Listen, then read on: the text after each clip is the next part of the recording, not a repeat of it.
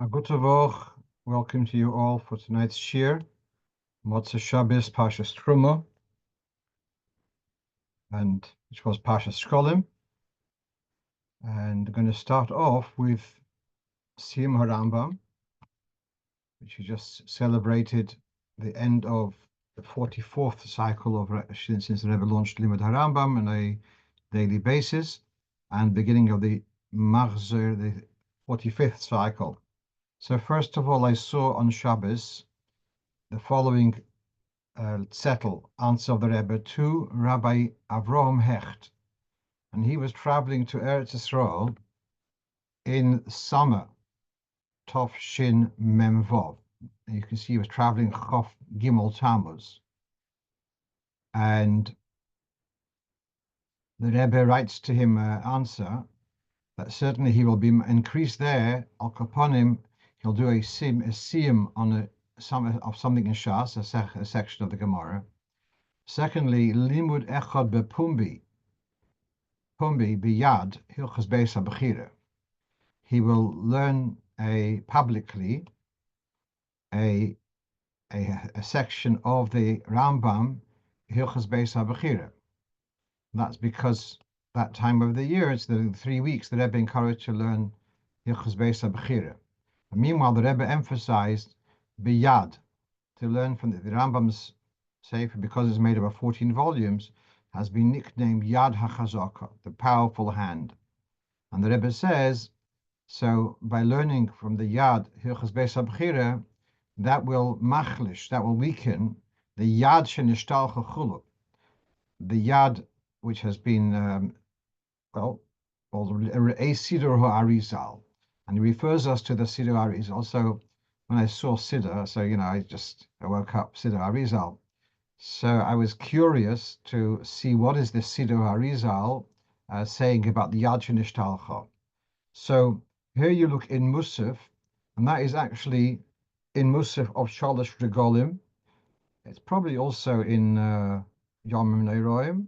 And if you remember, on Shabbos Chalamayid Sukkos, in this year we discussed the curious thing how the inyan of Chata'enu and Churban is not mentioned in Musaf of Shabbos, is not mentioned in Musaf of Rosh Chodesh, but it is mentioned in Musaf of Shabbos Rosh Chodesh, similar to its mention in Yom Tov. So we discussed that then, and anyone can look it up. It's online.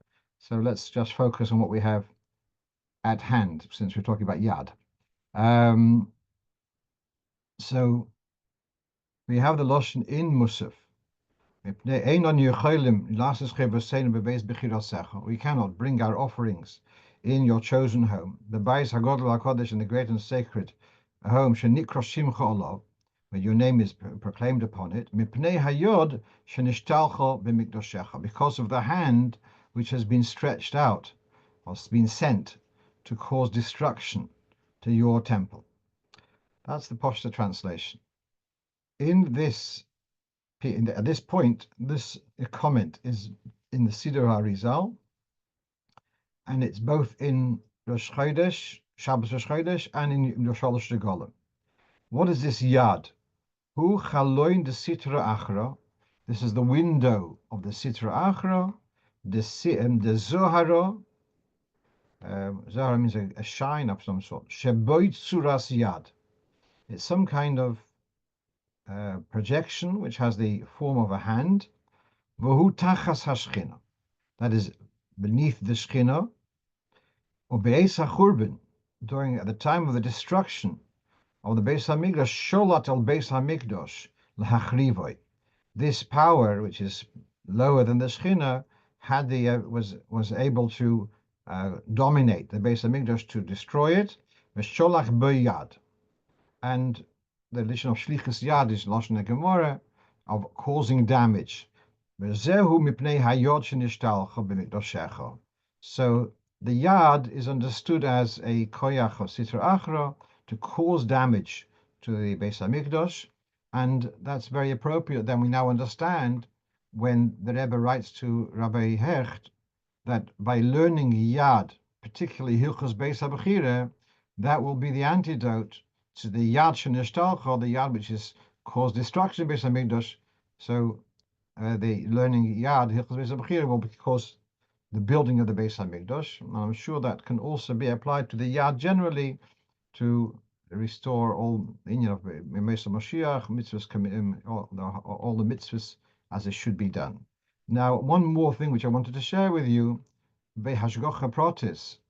I was learning a Sikha this morning about Shabbos Shkolim, and there is this, in the Shkolim, you have the idea of Chatzoitzres, Chatzoitzures. I am a half, and Hashem is, I'm the other half of Hashem, so to speak.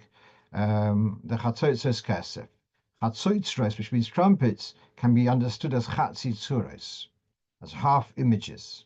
And that's alluding to the image, the human image, which is on the heavenly throne. And the Odom is just the Dalad Mem. The Odom, well, look at the word Odom, Aleph Dalad Mem. The Odom on his own is just the lower two letters, Dalad Mem, Dibur Malchus. And when he connects, attaches himself to Hashem, who's the Aleph, the Aluf Shalom, the champion, the leader of the world, then when there is a combination of the two halves, of the physical half of the Odom, the lower half, with the Aleph, which is Ebershter, the two Chatzoy Tzuris, then you have Odom. That's the full Odom. And it brings further some other remozim on this, that you have Leishechul al Adam, it's just the human without anything divine, it's just the Dam. When there is the Bittul, then it's the Odom. And then he has here again the Aleph. We said that's the Nefesh Alekis. And then he throws in here Mufla Somach Lish. Now Mufla is Pele. Mufla Somach Lish. When there is the Pele, the Aleph, together with the Dam, then that becomes the Odom. I think that's what he's saying there. And then you have here another remez from the Alter Rebbe. Odom is Aleph, Dibur und Meise. So that's the Odom. The Aleph is the Nefesh Alekis, the godly input, and there's the Dibur Maisor we had before, Dam, the Dibur Malchus. So Kolpanu, you have the two coming together. The higher, the Aleph coming with the Dalad Mem. I'm saying this in connection with the fact that we have till now completed cycle number Mem Dalad, and now we're going into cycle Mem Hey, which is Gematria Odom. So that's the opportunity for the Tacht, the lower part, to have the input of the Elyon, and that should be a Shlemus Odom. Okay, let's now go on to our halachic questions. So first, before that,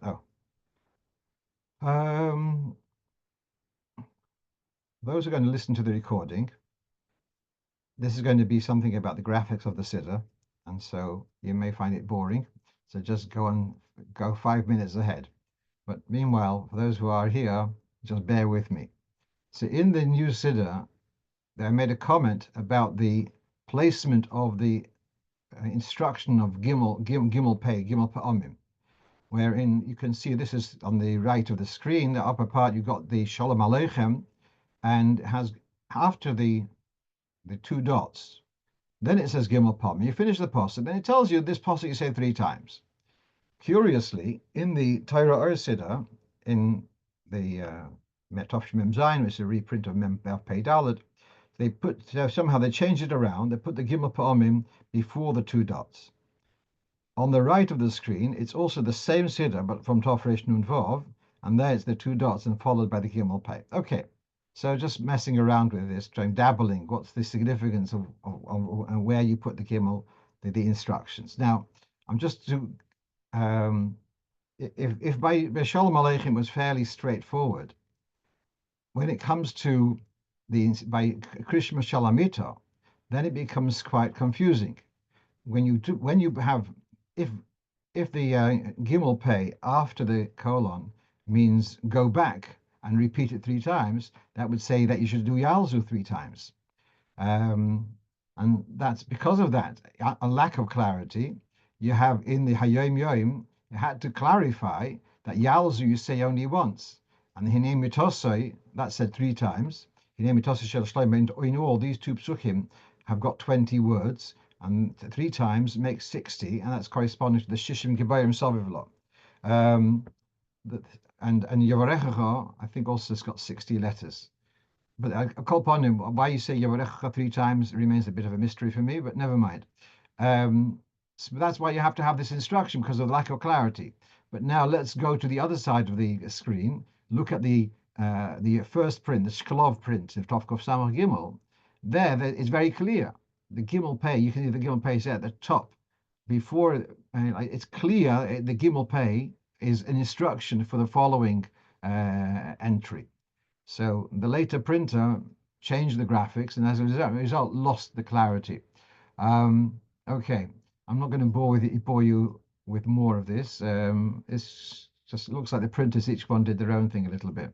Okay, let's move on.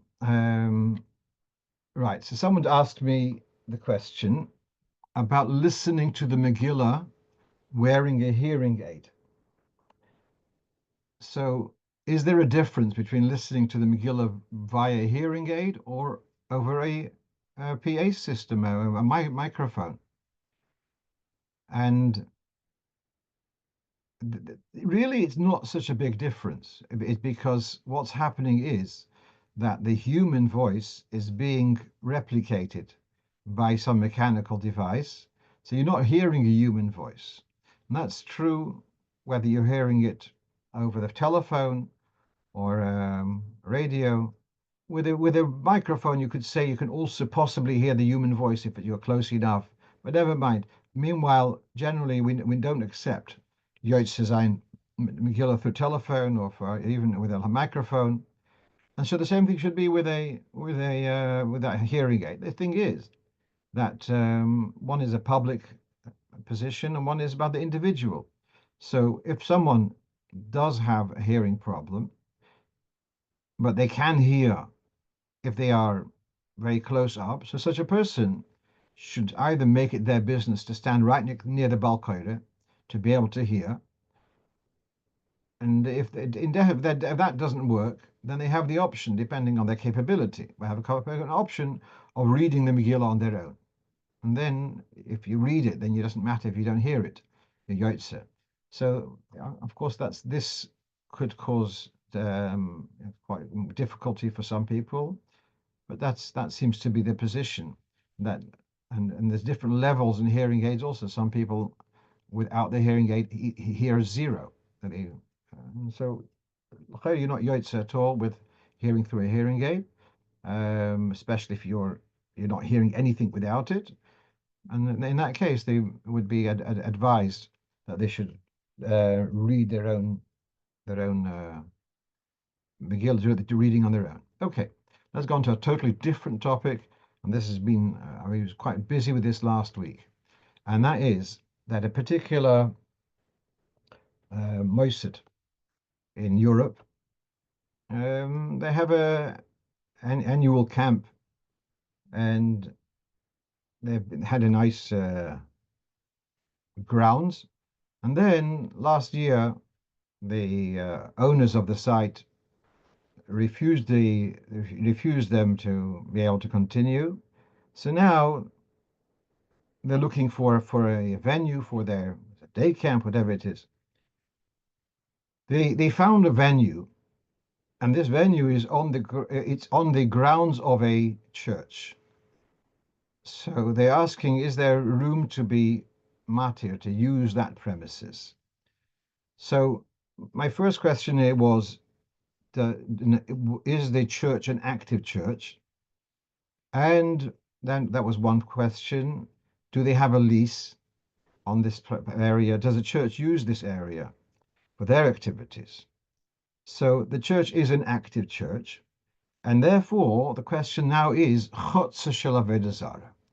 Are you allowed to enter premises of Avodah Zarah? So not talking about going to a chapel, into a sanctuary. I'm talking about just the premises, the chotzer, which would be for the overflow. So here we have in Shulchan Aruch Yodedeh, it's in Kuf Mem Tes, where it says Chotzer shel Avodah Zarah. Some say that you would be allowed to enter. Yesh Omrin that you're not allowed to enter unless it is a through road to get to somewhere else. B'chein haminak pashut, to use it, but and that is to use it as a through road. Midas chasidus le'ezrachik milelech, by even. All right. So we have here to enter to premises chotzer shel avodah zarah. That is a problem. However, here my feeling about it is once they've made a lease, then it's no longer called chotzer shel avodah zarah. It belongs to the buyer of the lease. They own the premises. Now, of course, you're going to ask freehold and leasehold. So here I'm bringing here on the other side of the screen from the Shach in Siman Kuf Nun Aleph, and we've discussed this in the past. What's the heter for us to rent out premises, living premises, to dwellings for Ovdei Avodah Zarah? Because after all, the Ovdei Avodah Zarah, they're going to bring in their idols into our premises. So I am giving accommodation for an idol. So how am I allowed to rent out dwellings to an Eved Avodah Zarah? So the Ramos says is that nowadays they don't. They don't. No one brings idols into their house. The Shach says you might be living in a different country, but he says it is. They, of course, they do. And then he says it's something else. He says although for us in halacha we would say schiras loikanya, that schiras is not a rental, is not a total purchase. But the Yada Umos in Goyish law, a rental is like a sale during that period. The difference, the nafkamina here is that in Jewish law, if I rent out a house, and if chas v'sholom my own house becomes unlivable, I have the rights to evict my tenant and say it's not morally right that I should have to be on the street where and a tenant occupies my rented place. I can evict him. In halacha, that's the position. In civil law, that isn't the position. And certainly here in an institutional thing, they would know that they wouldn't be able to violate that lease. And therefore, a lease is considered a sale. And therefore, coming back to our topic, that the fact that this a camp have a lease with the church on this area, then it's considered it's not no longer a chotzer shel avodah zarah, and therefore that would be mutter. Now, the next question is, isn't it a problem that when you pay rent, you are supporting the church and their activities? No. So the answer to that is, if let's say a church has got a orchard which produces apples, and those apples are up for sale, there's someone standing in the market selling apples, and you know where the apples are from. Are you allowed to buy those apples? Is you buying the apples patronizing, supporting this institution? And the answer is no, because the apples are for sale for anyone. And whether you would buy them or someone else would buy them, they would find customers. And therefore, the fact that you happen to be the customer doesn't mean that you're Messiah al halacha. It doesn't count as if you are supporting that institution. And so, same thing over here, because um, because it's a property which is available for anyone to rent. So then it's no it's not considered Messiah Abidei over Avera. Let's go back to our opening. I forgot to address this. So the shir is sponsored in the merit of a child by the name who hasn't been named yet, the son of Sora Esther. So he should have a refuah shlema. And also it is dedicated by the same person in memory of Reb Moshe ben Mordechai, whose yortzeit, who passed away, Dalad Adarishan, 52 years ago, is it? Dalad Adarishan Tovshin Lamed Gimel. Right, let's go back here to another of the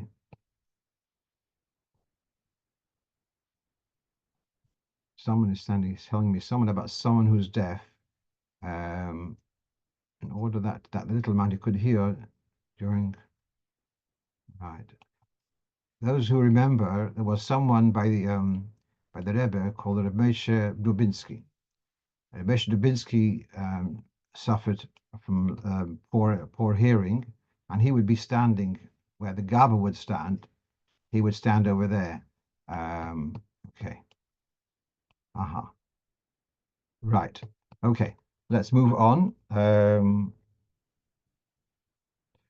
Let's move on. So here is a question that really a very straightforward question, but if I had to look it up, probably is worth sharing with everyone. And that is that in middle of Shemon Esrei of Ma'ariv, the 10th person walked out. So we're left with 9 people. Now, generally, there is the rule that if you are in the middle of a unit, then and the 10th person walks out, so long as there's Roiv Minyan, you say the Kadesh, you finish off that unit. So this was the question: if someone walks out in the middle of Ma'ariv, do we say the Kaddish after Ma'ariv and the Kaddish after Oleinu? So here we go. This is from the Alter Rebbe's Shulchan Aruch, Siman Nun Hey, the whole business of Yotzum Iksoson, and he identifies with Ma'ariv, Arvis. If he says,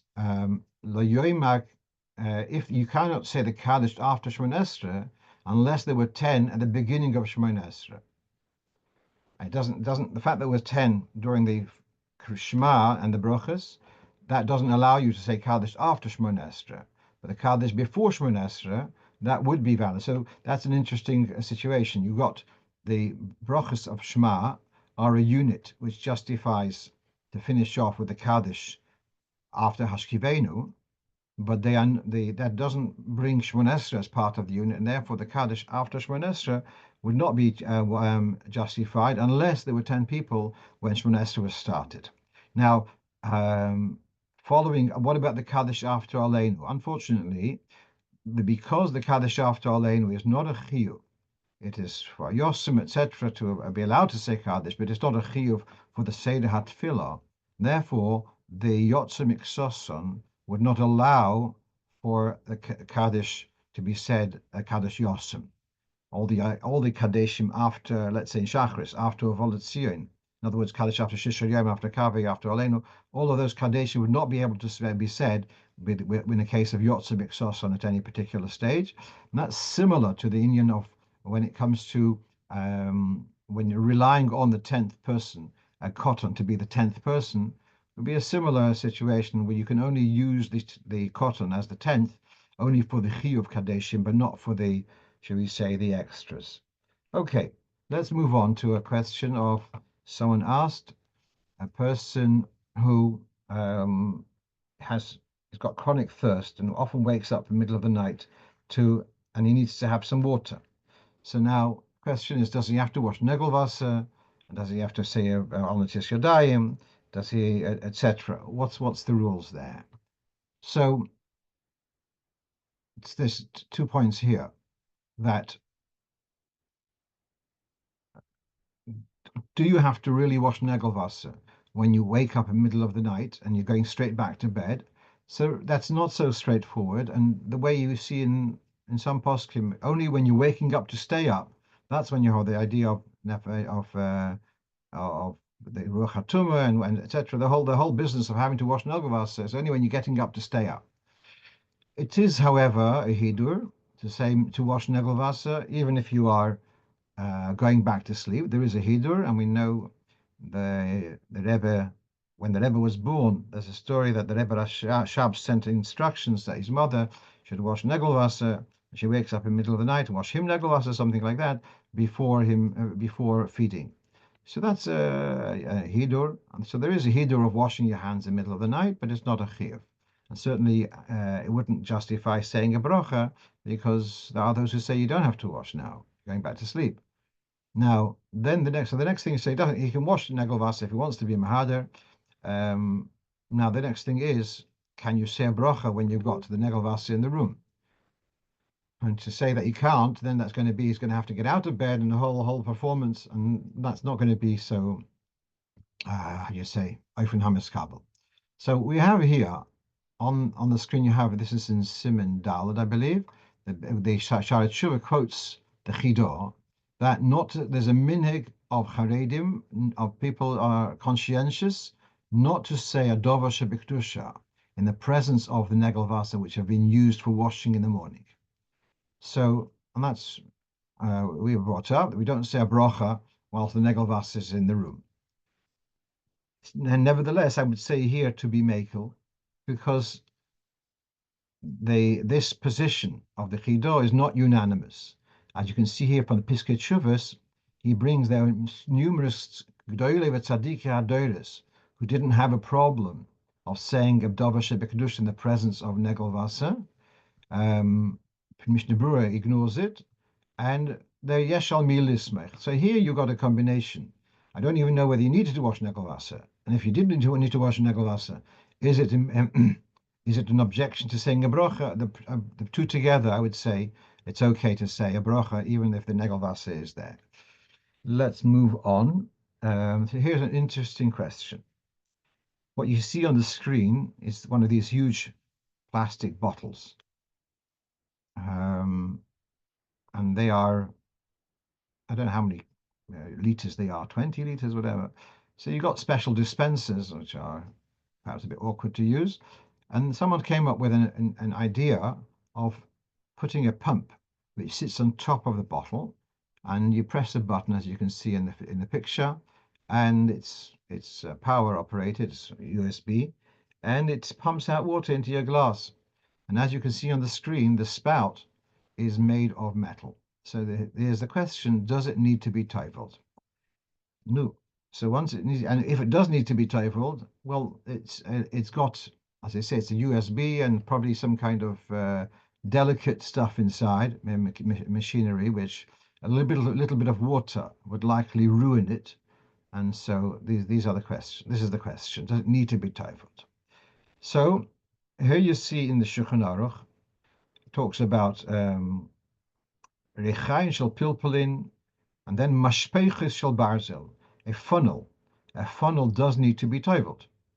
So this metal pipe is effectively a funnel, and so you would need to tovel it. Now, what do we do with a piece of equipment which cannot be toveled? So then there is the famous solution of these the more like these coffee machines, etc., which won't do very well after a dip in a mikvah. So then the solution is you give it away as a gift to a goy and you borrow it back. Now, in the Sefer Nesivim B'Stei HaShlichus, in volume 3, I have there a note from Rabbi Gedalia Lieberman, where he says the following idea, that normally we talk about giving to a goy is only a short-term solution, because after you have it a long time, so it obviously looks like it's yours long term. So he says that there's an interesting thing. The halacha in Shulchan Aruch, if I come into shul on Shabbos and the only talus there is a talus which has got posel tzitzis, so the halacha is I'm allowed to put on the talus. I'm not considered mevatel mitzvah tzitzis because it means like this. When I put on the talus, now I have a chiyuv to go put on the tzitzis. On Shabbos, I can't put on the tzitzis, and therefore I'm not in violation. I'm allowed to b'shas adchak. I'm allowed to wear the talus. So why can you not use an untoveled keli? Because you've got a duty to tovel it.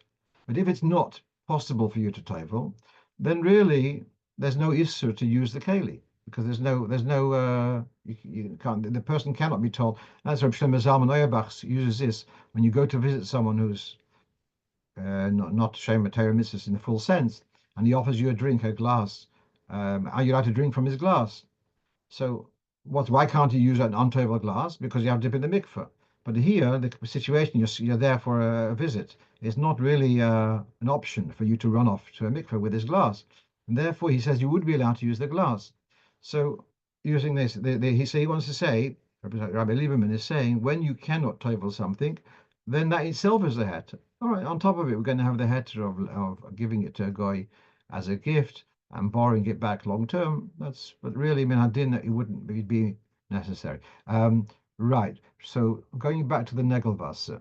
So would it be help to put a revius into the Negelwasser? That would help. The Machloikas Tanoim, whether revius is Mekabel Tumah or not. The Ik is like a Yehuda, it's not Mekabel Tumah. The Alter Rebbe Sid is Choshish to Das Rav Yossi. So yeah, that would also mitigate the question. And usually we use more than a revius when we wash Negelwasser. That certainly helps. And then someone's suggesting to cover the Negelwasser with a bag. That's also if you have a bag available and you are um, conscious enough to do that. Yeah.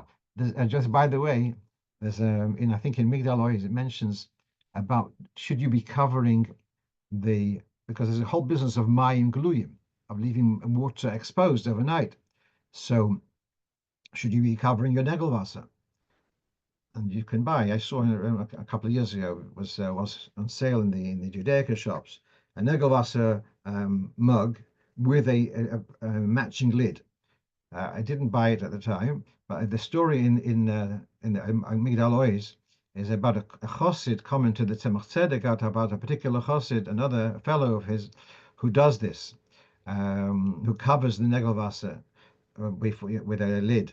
So that Tzemach Tzedek says, "Shet haposuk l'reika ha'oretz al hamoyim." You cover the water. You have a something to cover it over. Okay. We have had a little bit of discussion. Okay, so we've got number 6. And number 6 is about someone, so I don't have anything on the screen for this, someone who was known as Michael, and for years he's been coming to shul, and well, occasionally, and he's said his name is Michael. On the occasion he comes to shul. And now, 55 years after his bris, his mother pulls out a paper from his certificate from his moyal, which kudos to the moyalim for giving such a certificate. And it says that his name is Elimelech. So now here's the question: what should he be? What's his name? So I did do a little bit of research. There's a excellent sefer on names, sorry, on ksubas, written by Rabbi Yoel Shalom, and he has a whole business of Shem Shenishtako in volume base. Shem Shenishtako means a name which has become obsolete. And in this discussion, he says a name which was given at birth has got a special strength to it. And my understanding is the fact it's been preserved, as you see with the certificate, that gives it a strength. And if he had been coming mamish a regular to shul, but it doesn't sound like he was mamish a regular shul goer. And therefore, I think you should respect the original name. So the next thing is, well, he's married, and his wife's ksuba has him as Michoel. So I think the ksuba would have to be also corrected to put in Elimelech instead of Michoel, especially if now he's going to be called up to the Torah as Elimelech, so the ksuba should also be updated accordingly. We've had a discussion of late about psukim said at the end of Shemona Esrei, and just recently there was a young man, about 50, whatever, who passed away tragically after illness. And I read that he had put out a sefer on the psukim at the end of Shemona Esrei. So actually, this book, sefer of his, is on the Yotzei Chochmah. It's called Psukli Psukeich. And what he did a quite a thorough. It's not so much analysis of the minig, but more a thorough job of finding psukim for every combination possible. In other words, Aleph with another 22 combinations of Aleph, 22 combinations of base, etc., with names, whatever you could find. So actually, I don't know if anyone here is listening has this question. I was discussing the class in school about this, and one of the girls says that she doesn't have a posuk for her name. Her name, so I asked, "What's your name?" So she has a second name is Reicha, right? Reish Yud Chof Aleph. So she doesn't have a posuk for that. So in this book, in this sefer, he has a posuk which we all know. Ki Kodesh Hu. So that starts with the Resh and finishes with the Aleph. So you got a nice posuk fitting. So I found it in this sefer. I'm saying this lezichrei. Right. Now, someone by the name of Levi Yitzchok Raskin, Ben Aaron Leib, Ben Shalom Leib, so he's about a third cousin once removed or something like that. So he sent me, he made a bit of research about the name Dov Ber, and he found out that several Chassidim whose name is Dov Ber, they just say the one pasuk of Dirshu Hashem Be'imotzoi, Kra'uhu Be'yosei Korev. So in other words, they're just saying a pasuk for Doiv, and they're not saying a pasuk for Bear. And they don't remember why they do it this way, but that's the way they were taught. That's what they were obviously they were taught that way. That's why they're doing it that way. So they're not saying a posuk for bear, whereas what I'd said is from that sefer which I quoted previously. A person's called Chanech Henach, and they're called up to the Torah with both names. They should say a posuk for each of those two. Right. So this Ingerman looks like he spoke to Rabbi Broin, who is the Rav in Crown Heights is brilliant. He's got tremendous knowledge. Like, so he quotes a letter of the Frierdiker Rebbe, and this is, I think, Tov Reish Pei Dalet, in connection with Beis Nissen, the yahrzeit of the Rebbe Rashab of his father, and he says, Acharei Amiras Nosi Hayoim, after doing the Nosi after Shachris, then to say the Mizmoire Hayoim. In other words, that the Tehillim is divided from Yud until Yud Ches and Belayad Bichlal, and then Yilmadu Mishnayos. Then they should learn Mishnayos. L'chalik kol haprokim shel Yosis Hashem Shalom Doiv Ber Bein Hamispalalim. So to distribute Mishnayos of the prokim of those 10 letters of the names Shalom Doiv Ber. So it looks like he was seeing Ber as a name which requires limud mishnayos. It would follow that it should be the same in relation to the psukim after Shemona Esrei, although I don't know whether there's room to differentiate. Meanwhile, I also found quite interesting here that what we're normally familiar when you learn mishnayos for your side, everyone does all the prokim of the name, and here it seems to be a different seder. It's saying that the minyan, and each one will take one pedic for one letter, and collectively they'll have done the pedic le'eli nishmas. Probably they would have understood much more pshat by learning this way than by everyone rattling through 10 parakim. What else do we have here? So we had this discussion about last week, or I think, about the Rebbe making saying a mimer after Kabbalah Shabbos before Ma'ariv. So my son-in-law, Reb Shmuel Yosef Greenbaum, dug up two diaries from Tovshin Chav Dalet. So this diary is from Rabbi Herschel Shifrin, Zoll Sein Gesund, and he's describing at the beginning of Kabbalah Shabbos, the Rebbe is holding some kind of zettel, a little note, and he's looking at it after Kaddish. The Rebbe did not continue davening, and he was just looking at the siddur or in this paper. He didn't motion how he normally would by Shema. He didn't step back by Shemona Esrei, and then after Kaddish Rabbanon, the Rebbe sat down by the table and he said a maimer. And then afterwards, he said, okay, and they thought there was going to be a sikha also, and there wasn't. So that's one description. And then we have from Rabbi Groner's diary, you can see it's from Yud Aleph Shvat, Tovshin Chav Dalet, is writing that the Rebbe came back from the oil at 4:45, the daven mincha, and he looked at the clock numerous times. After mincha, nichnas in Rabbi Chadakov, and he said, and then he came out, and he said that after I'm not sure what that is, after something about Arvis, Scholas Arvis, perhaps.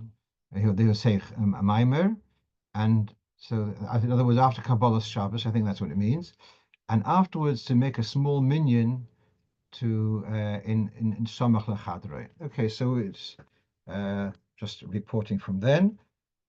Just I find it interesting to see how these details have been preserved till now. And okay, the last thing which we have is someone asked why when we wash Negelwasser in the morning we alternate, and when we wash until Yadayim for bread we don't alternate. And I think the answer is fairly simple. I don't know. One of my don't be upset if I'm being a little bit facetious. One of my malamda used to say, "Ami ken gain krum, was darf man gain gleich." If you can take a squiggly path, why should you take a straight path? We're saying it in how you say, cynical way. Washing your hands alternately is obviously a more complicated process than washing 1, 2, 3. When it comes to Ruach HaTumah, there is Ma'at Ma'at HaGoshenu. It has to be a gradual process, and therefore there's the alternating process. When it comes to washing your hands for bread, it's not getting rid of Ruach HaTumah. It's a technical thing of purifying your hands for bread, and therefore there's no need of this Ma'at Ma'at HaGoshenu, and therefore you just wash as much as you need on each hand, and then you make your bracha and enjoy your food. I wish you all a good tavoch and Sudas Teves. Should be Hamishenichnas Adam Marbin Besimcha, and we should have the Simchas Hageula, Simchas Olam Al Roisham. Kol Tov. Yasher Koyach. Good to work.